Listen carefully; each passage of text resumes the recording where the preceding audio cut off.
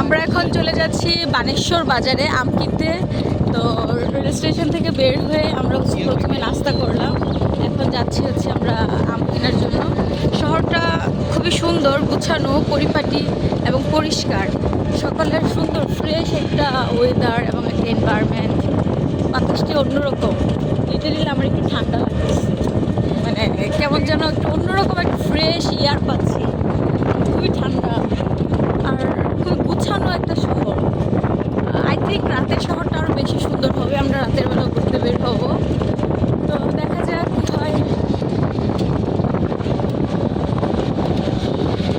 মামা, এখান থেকে বানেশ্বর যেতে কতক্ষণ লাগবে?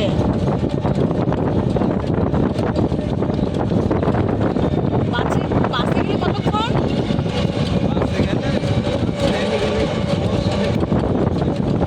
ও, আর হচ্ছে এই আপনার অটোতে গেলে